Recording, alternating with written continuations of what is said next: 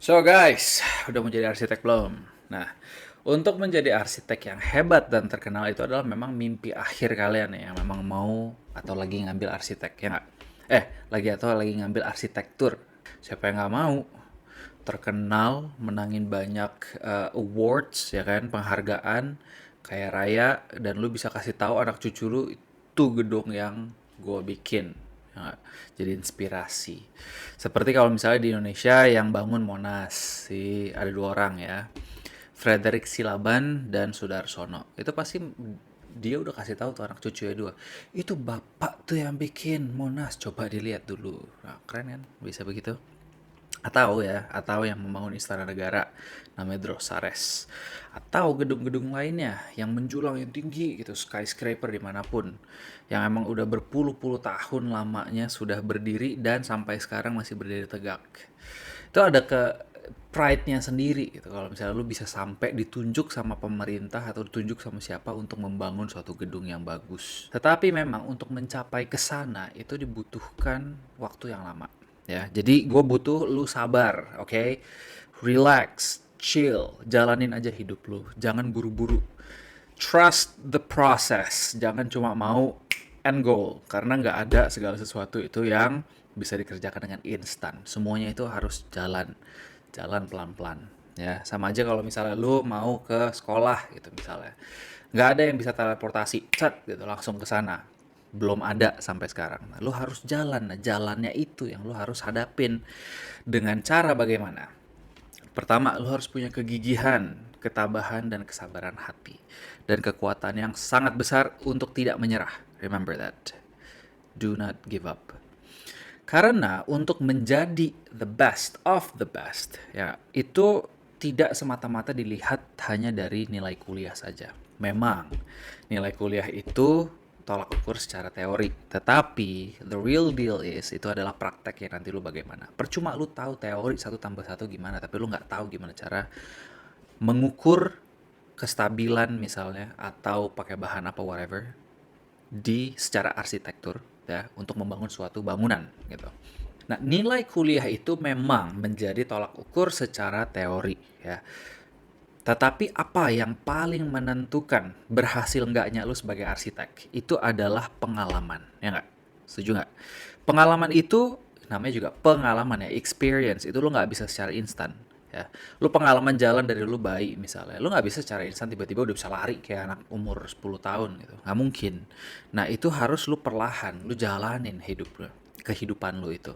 Pengalaman itu bukan cuma dari yang bagus-bagus doang. Justru pengalaman yang paling berharga itu dari yang terjelek. Dari kesalahan yang paling fatal yang lu pernah bikin. Kesalahan lu lah secara apa dalam kehidupan lu. Kenapa pengalaman yang paling berharga itu adalah pengalaman yang jelek-jelek nih ya? Karena kalau tanpa itu lu nggak akan tahu apa yang nggak boleh lu lakukan, apa yang nggak bisa lu lakukan in the future nih guys. Jadi kayak misalnya, lu lagi makan tiba-tiba kegigit sama sendok, nggak enak kan ngilu. Itu kesalahan. Lu tahu next time lu jangan kayak gitu lagi. Nah, itulah hal-hal contoh kecil yang bisa lu pelajarin dari kesalahan-kesalahan itu. Jadi jangan karena lu melakukan kesalahan, habis itu lu udah minder, lu udah give up. No, it's not like that. Lu tanya sama seluruh arsitek yang terkenal. Coba mereka pernah nggak melakukan kesalahan? Gue yakin mereka pernah melakukan kesalahan. Nah sekarang berarti skill apa tuh keterampilan apa yang lu harus milikin untuk menjadi arsitek yang baik?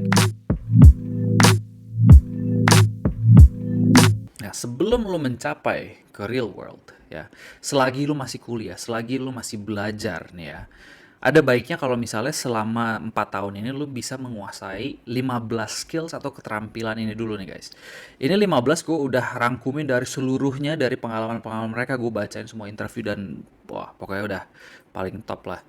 Yang pertama, lo harus bisa numerical skills ya, skills di angka-angka, creativity, kreativitas lo, artistic skills, hukum, komunikasi, teamwork, commercial awareness, visualisasi. Ya, visualisasi di sini maksudnya adalah gimana cara lo bisa visualize apa yang lo mau bangun dan tuangkan di dalam kertas sehingga nanti ada orang kontraktor yang bisa bangun bangunan lo.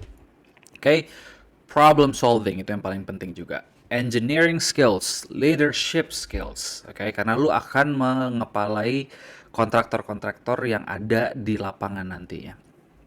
Attention to detail, karena ini penting banget. Lu miss satu bolt itu bisa nggak stabil dan bisa hancur tuh bangunan. And then building and construction knowledge, cultural knowledge, sama critical skills ya. Itu adalah 15 skills atau keterampilan yang lo harus miliki untuk menjadi arsitek yang baik. Nah, dengan memiliki skills di atas ya, kalian akan mendapatkan kesempatan lebih besar lagi untuk menjadi the best of the best ya, karena nggak semua manusia bisa memiliki ini.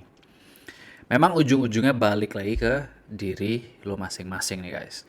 Karena setiap manusia, again, dari video yang sebelum nih gue udah bikin ya, memiliki sifat yang berbeda-beda. Tetapi ingat, selain skills yang di atas, yang paling penting adalah niat dan kegigihan dalam menjalani proses ini ya. Garis bawahin proses. Tanpa proses, kita tidak akan bisa belajar. Tanpa tujuan, kita pasti akan hilang arah. So, jadi cobalah menjadi yang terbaik. Kenapa harus mencoba menjadi yang pas-pasan saja? Karena, trust me on this, nantinya lo akan memiliki rasa kebanggaan sendiri. Ada proudnya sendiri kalau misalnya lo bisa mencapai tujuan lo, yaitu menjadi arsitek yang hebat. Dan, gue pengen banget ada satu aja dari antara lo semua ya yang bisa membawa nama Indonesia dengan culture kita, dengan gaya kita, dengan khas Indonesia bisa dibawa ke luar negeri. Karena lo lihat sekarang Jakarta, lo bangunan-bangunan gede itu kita inspirasi dari mana? Ya, yang zaman dulu tuh cuma kayak blok gitu doang kan. Itu inspirasi dari luar negeri gitu. Karena ada era-eranya masing-masing. Kenapa nggak ada yang memakai kita dibawa ke sana gitu? Kayak misalnya siapa yang bikin La Sagrada Familia di Barcelona, itu nggak ada yang bikin kayak gitu selain dia, si Gaudi di sana ya nggak? Coba deh. Sekarang kan karena Indonesia ini sedang disorotin dunia juga ya. So I think the time is now for you to shine. Alright, the time is now for you to shine, motherfucker. So, on that note, ya mungkin itu aja yang gue mau kasih tahu sama lo hari ini. Jadi, kalau bisa aim high, okay? Jadi jangan aim low, jangan aim tengah-tengah, just aim high, right? Again, sebelum tutup, gue mau bilang sama lo, thank you, and thank you very much untuk kalian yang udah subscribe.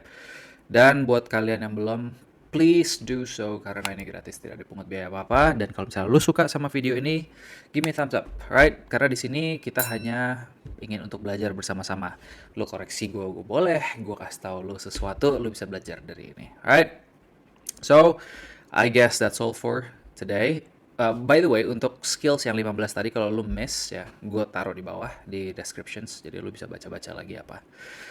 Oke, kalau misalnya lu mau tahu juga each one, penjelasannya apa, please let me know. Nanti siapa tahu gue bisa lebih dive deep tentang hal itu. Alright, so guys, that's all for today, and I'll see you in the next video.